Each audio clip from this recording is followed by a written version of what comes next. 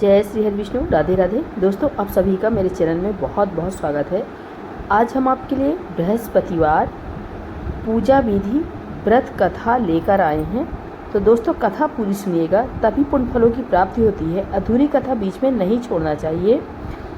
बृहस्पतिवार को जो भी स्त्री पुरुष व्रत करे, उनको चाहिए कि वह दिन में एक ही समय भोजन करे, क्योंकि बृहस्पतिश्वर भगवान का इस दिन पूजन होता है। भोजन पीले चने की दाल आदि का करें, परंतु नमक नहीं खावे और पीले वस्त्र पहने, पीले ही फलों का प्रयोग करें, पीले चंदन से पूजन करें। पूजन के बाद प्रेम पूर्वक गुरु महाराज की कथा सुननी चाहिए। इस व्रत को करने से मन की इच्छाएं पूरी होती हैं और बृहस्पति महाराज प्रसन्न होते हैं तथा धन, पुत्र, विद्या तथा मनोवांछित फलों की प्राप्ति होती है। परिवार को सुख शांति मिलती है। इसलिए व्रत सर्वश्रेष्ठ है और अति फलदायक सभी स्त्रियों पुरुषों के लिए है। इस व्रत में केले का पूजन करना चाहिए। कथा और पूजन के समय तन, मन, क्रम, वचन से शुद्ध होकर जो इच्छा हो बृहस्पति देव से प्रार्थना करनी चाहिए। उनकी इच्छाओं को बृहस्पति देव अवश्य पूर्ण करते हैं, ऐसा मन में दृढ़ विश्वास जरूर रखना चाहिए। बृहस्पतिवार व्रत कथा आइए सुनती हैं। भारतवर्ष में एक राजा राज करता था। वह बड़ा प्रतापी और दानी था। वह नित्य गरीबों और ब्राह्मणों की सहायता करता था। यह बात उसकी रानी को अच्छी नहीं लगती थी। वह न ही गरीबों को दान देती और न ही भगवान का पूजन करती थी और राजा को भी दान देने से मना करती थी। एक दिन राजा शिकार खेलने वन को गए हुए थे तो रानी महल में अकेली थी। उसी समय बृहस्पति देव साधु के वेश में राजा के महल में भिक्षा के लिए आ गए और भिक्षा मांगी। रानी ने भिक्षा देने से इनकार किया और कहा, हे साधु महाराज, मैं इस दान पुण्य से तंग आ गई हूँ। मेरा पति सारा धन लुटाता रहता है। मेरी इच्छा है कि हमारा धन नष्ट हो जाए, फिर ना रहेगा बांस, ना बजेगी बांसुरी। साधु ने कहा, हे देवी, तुम तो बड़ी विचित्र हो। धन संतान तो सभी चाहते हैं, पुत्र और लक्ष्मी तो पापी के घर भी होते हैं। यदि तुम्हारे पास अधिक धन है तो भूखों को भोजन दो, प्यासों के लिए प्याऊ लगवाओ, मुसाफिरों के लिए धर्मशालाएं खुलवाओ। जो निर्धन अपनी कुमारी कन्याओं का विवाह नहीं करा सकते, उनका विवाह करा दो। ऐसे और कई काम हैं जिनके करने से तुम्हारा यश लोक परलोक में फैलेगा। परंतु रानी पर उपदेश का कोई प्रभाव नहीं पड़ा। वह बोली, महाराज, आप मुझे कुछ ना समझाएं। मैं ऐसा धन नहीं चाहती जो हर जगह बांटती फिरूं। साधु ने कहा, उत्तर दिया, यदि तुम्हारी ऐसी इच्छा है तो तथास्तु। तुम ऐसा करना कि बृहस्पतिवार को घर लीपकर पीली मिट्टी से अपना सिर धोकर स्नान करना, भट्टी चढ़ाकर कपड़े धोना। ऐसा करने से आपका सारा धन नष्ट हो जाएगा। इतना कहकर वह साधु महाराज वहाँ से अंतर्ध्यान हो गए। जैसे वह साधु कहकर गया था, रानी ने वैसा ही किया।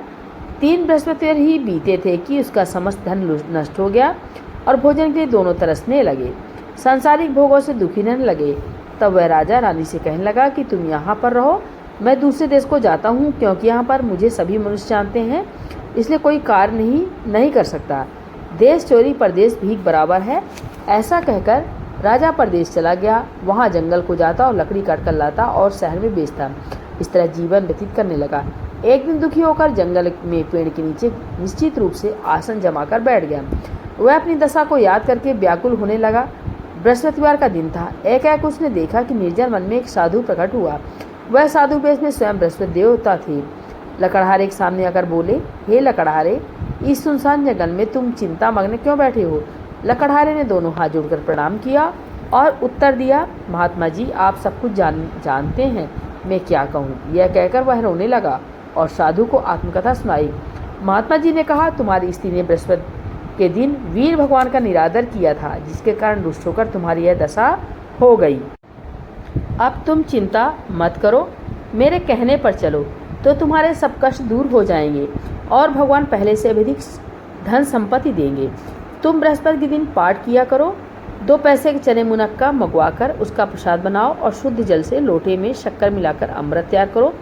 कथा के पश्चात अपने सारे परिवार और सुनने वाले प्रेमियों में अमृत व प्रसाद बांटकर आप भी प्रसाद ग्रहण किया करो। ऐसा करने से भगवान तुम्हारी सब कामनाएं पूरी करेंगे। साधु के ऐसे वचन सुनकर लकड़हारा बोला, हे प्रभु, मुझे लकड़ी बेचकर इतना पैसा नहीं मिलता जिससे भोजन करने के उपरांत कुछ बचा सकूं। मैंने रात में अपनी स्त्री को व्याकुल देखा है। मेरे पास कुछ भी नहीं है जिससे उसकी खबर मंगा सकूं। साधु ने कहा, हे लकड़हारे, तुम किसी बात की चिंता मत करो। बृहस्पति के दिन तुम रोजाना की तरह लकड़ियाँ लेकर शहर को जाओ। तुमको रोज से दुगना धन प्राप्त होगा, जिससे तुम भली भांति भोजन कर लोगे तथा बृहस्पति देव की पूजा का सामान भी आ जाएगा। इतना कहकर साधु अंतर्ध्यान हो गए। धीरे धीरे समय व्यतीत होने पर फिर वही बृहस्पतिवार का दिन आया। लकड़हारा जंगल से लकड़ी काटकर किसी भी शहर में बेचने गया। उसे उस दिन और दिन से अधिक रुपया मिला। राजा ने चना गुड़ आदि लाकर गुरुवार का व्रत किया। उस दिन से उसके सभी क्लेश दूर हुए। परंतु जब दोबारा गुरुवार का दिन आया तो बृहस्पतिवार का व्रत करना भूल गया। इस कारण बृहस्पति भगवान नाराज हो गए। उस दिन से उस नगर के राजा ने विशाल यज्ञ का आयोजन किया तथा शहर में यह घोषणा करा दी कि कोई भी मनुष्य अपने घर में भोजन ना बनावे, ना आग जलावे। समस्त जनता मेरे यहाँ भोजन करने आवे। इस आज्ञा को जो न माने उसके लिए फांसी की सजा दी जाएगी। इस तरह की घोषणा संपूर्ण नगर में करवा दी गई। राजा की आज्ञा अनुसार शहर के सभी लोग भोजन करने गए, लेकिन लकड़हारा कुछ देर से पहुंचा, इसलिए राजा उसको अपने साथ घर लिवा ले गए और ले जाकर भोजन करा रहे थे तो रानी की दृष्टि उस खूंटी पर पड़ी जिस पर उसका हार लटका हुआ था। वह वहां पर दिखाई नहीं दिया। रानी ने निश्चय किया कि मेरा हार इस मनुष्य ने चुरा लिया है। उस समय पुलिस को बुलाकर उसको जेल खाने में डलवा दिया। जब लकड़हारा जेल खाने में पड़ गया और बहुत दुखी होकर विचार करने लगा कि न जाने कौन से पूर्व जन्म के कर्म से मेरे लिए दुख प्राप्त हुआ है, और उसी साधु को याद करके रोने लगा जो कि जंगल में मिला था। उसी समय तत्काल बृहस्पति देव साधु के रूप में प्रकट हो गए और उसकी दशा को देखकर कहने लगे, अरे मूर्ख, तुमने बृहस्पति देव की कथा नहीं करी, इस कारण तुझे दुख प्राप्त हुआ है। अब चिंता मत कर, बृहस्पतिवार के दिन जेल खाने के दरवाजे पर 4 रुपये पड़े मिलेंगे, उनसे तू बृहस्पति देव की पूजा करना तो तेरे सभी कष्ट दूर हो जाएंगे। बृहस्पति के रोज उसे 4 रुपये मिले। लकड़हारे ने कथा कही। उसी रात को बृहस्पति देव ने उस नगर के राजा को सपने में कहा, हे राजा, तुमने जिस आदमी को जेल खाने में बंद कर दिया है वह निर्दोष है, वह राजा है, उसे छोड़ देना। रानी का हार उसी खूंटी पर लटका है। अगर तू ऐसा नहीं करेगा तो मैं तेरे राज्य को नष्ट कर दूंगा। इस तरह राज्य के स्वप्न को देखकर राजा प्रातःकाल उठा और खूंटी पर हार देखकर लकड़हारे को बुलाकर क्षमा मांगी तथा लकड़हारे को योग्य सुंदर वस्त्र आभूषण देकर विदा किया तथा बृहस्पति देव की आज्ञानुसार लकड़हारा अपने नगर को चल दिया। राजा जब नगर के निकट पहुंचा तो उसे बड़ा आश्चर्य हुआ। नगर में पहले से अधिक बाग, तालाब और कुएं तथा बहुत सी धर्मशाला, मंदिर आदि बन गए थे। राजा ने पूछा, किसका बाग और धर्मशाला है? तब नगर के सब लोग कहने लगे, यह सब रानी और बांदी के हैं। तो राजा को आश्चर्य हुआ और गुस्सा भी आया। जब रानी ने खबर सुनी कि राजा आ रहे हैं तो उसने बांदी से कहा कि हे दासी, देख राजा हमको कितनी बुरी हालत में छोड़ गए थे, हमारी ऐसी हालत देखकर वह लौट न जाए, इसलिए तू दरवाजे पर खड़ी हो जा। रानी के आज्ञानुसार दासी दरवाजे पर खड़ी हो गई। राजा आए तो बांदी उन्हें अपने साथ लिवा लाई। तब राजा ने क्रोध करके अपनी रानी से पूछा कि यह धन तुम्हें कैसे प्राप्त हुआ है? तब उन्होंने कहा, हमें यह सब धन बृहस्पति देव के व्रत के प्रभाव से प्राप्त हुआ है। राजा ने निश्चय किया कि 7 रोज बाद तो सभी बृहस्पति देव का पूजन करते हैं, परंतु मैं रोजाना दिन में 3 बार कहानी कहा करूंगा तथा रोज व्रत किया करूंगा। अब हर समय राजा के दुपट्टे में चने की दाल बनी रहती तथा दिन में 3 बार कहानी कहता। एक रोज राजा ने विचार किया कि चलो अपनी बहन क्या हो आवे। इस तरह निश्चय कर राजा घोड़े पर सवार हो अपनी बहन के यहाँ चलने लगा। मार्ग में उसने देखा कुछ आदमी एक मुर्दे को लिए जा रहे हैं। उन्हें रोककर राजा कहने लगा, अरे भाइयों, मेरी बृहस्पति देव की कहानी सुन लो। वे बोले, लो, हमारा तो आदमी मर गया है, इसको अपनी कथा की पड़ी है। परंतु कुछ आदमी बोले, अच्छा कहो, हम तुम्हारी कथा भी सुनेंगे। राजा ने दाल निकाली और कथा जब आधी हुई कि मुर्दा हिलने लगा और जब कथा समाप्त हो गई तो राम राम करके वह मनुष्य उठ खड़ा हो गया। आगे मार्ग में से एक किसान खेत में हल चलाता मिला। राजा ने उसे देखा और उससे बोला, अरे भैया, तुम मेरी बृहस्पतिवार की कथा सुन लो। किसान बोला, जब तक मैं तेरी कथा सुनूंगा तब तक 4 हरैया जोत लूंगा, जा अपनी कथा किसी और को सुनाना। इस तरह राजा आगे चलने लगा। राजा खड़ते ही बैल पछाड़ खाकर गिर गए तथा उसके पेट में बड़ी जोर का दर्द होने लगा। उस समय उसकी माँ रोटी लेकर आई। उसने जब यह देखा तो अपने पुत्र से सब हाल पूछा और बेटे ने सभी हाल कह दिया। तो बुढ़िया दौड़ी दौड़ी उस घुड़सवार के पास गई और उससे बोली कि मैं तेरी कथा सुनूंगी, तू अपनी कथा मेरे खेत पर चलकर ही कहना। राजा ने बुढ़िया खेत पर जाकर कथा कही, जिसके सुनते ही वह बैल उठ खड़े हुए तथा किसान के पेट का दर्द बंद हो गया। राजा अपनी बहन के घर पहुंचा। बहन ने भाई की खूब मेहमानी की। दूसरे रोज प्रातःकाल राजा जागा तो वह देखने लगा कि सब लोग भोजन कर रहे हैं। राजा ने अपनी बहन से कहा कि ऐसा कोई मनुष्य है जिसने भोजन नहीं किया हो, मेरी बृहस्पतिवार की कथा सुन लो। बहन बोली, हे भैया, यह देश ऐसा ही है, पहले यहाँ लोग भोजन करते हैं, बाद में अन्य काम करते हैं। अगर कोई पड़ोस में हो तो देख आऊं। वह ऐसा कहकर देखने चली गई, परंतु उसे कोई ऐसा व्यक्ति नहीं मिला जिसने भोजन ना किया हो। अतः वह एक कुम्हार के घर गई जिसका लड़का बीमार था। उसे मालूम हुआ कि उनके यहाँ 3 रोज से किसी ने भोजन नहीं किया है। रानी ने अपने भाई की कथा सुनने के लिए कुम्हार से कहा, वह तैयार हो गया। राजा ने जाकर बृहस्पति की कथा कही, जिसको सुनकर उस कुम्हार का लड़का ठीक हो गया। अब तो राजा की बहन के यहाँ प्रशंसा होने लगी। एक रोज राजा ने अपनी बहन से कहा, हे बहन, हम अपने घर को जाएंगे, तुम भी तैयार हो जाओ।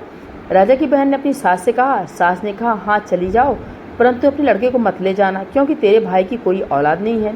बहन ने अपने भैया से कहा, हे भैया, मैं तो चलूंगी, परंतु कोई बालक नहीं जाएगा। राजा बोला, जब कोई बालक नहीं चलेगा तब तुम क्या करोगी? बड़े दुखी मन से राजा अपने नगर को लौट आया।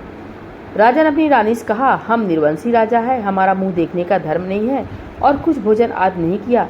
रानी बोली, हे प्रभु, बृहस्पति देव ने हमें सब कुछ दिया है, वे हमें औलाद अवश्य देंगे। उसी रात को बृहस्पति देव ने राजा सपने में कहा, हे राजा, उठ, सभी सोच त्याग दे, तेरी रानी गर्भ से है। राजा को यह बात सुनकर बड़ी खुशी हुई। 9वें महीने में उसकी रानी के गर्भ से एक सुंदर पुत्र पैदा हुआ। तब राजा बोला, हे रानी, स्त्री बिना भोजन के रह सकती है, परंतु बिना कहे नहीं रह सकती। जब मेरी बहन आवे तो तुम मुझसे कुछ मत कहना। रानी ने सुनकर हाँ कर दिया। जब राजा की बहन ने शुभ समाचार सुना तो वह बहुत खुश हुई तथा बधाई लेकर अपने भाई के यहाँ आई। तभी रानी ने कहा, घोड़ा चढ़कर तो नहीं आई, गधा चढ़ी आई। राजा की बहन बोली, भाभी, मैं इस प्रकार न कहती तो तुम्हें औलाद कैसे मिलती? बृहस्पति देव ऐसे ही हैं, जैसे जिनके मन में कामनाएं होती हैं सभी को वह पूर्ण करते हैं। जो सद्भावना पूर्वक बृहस्पतिवार का व्रत करता है एवं कथा पढ़ता है अथवा सुनता है और दूसरों को सुनाता है, बृहस्पति देव उसकी मनोकामना पूर्ण करते हैं। भगवान बृहस्पति देव उसकी सदैव रक्षा करते हैं। संसार में सद्भावना से भगवान जी का पूजन व्रत सच्चे हृदय से करते हैं तो उनकी सभी मनोकामनाएं पूर्ण करते हैं। जैसी सच्ची भावना से रानी और राजा ने उनकी कथा का गुणगान किया तो उनकी सभी इच्छाएं बृहस्पति देव जी ने पूर्ण की थी। इसलिए पूर्ण कथा सुनने के बाद प्रसाद लेकर जाना चाहिए। हृदय से उनका मनन करते हुए जयकारा बोलना चाहिए। बोले बृहस्पति देव भगवान की जय, विष्णु भगवान की जय।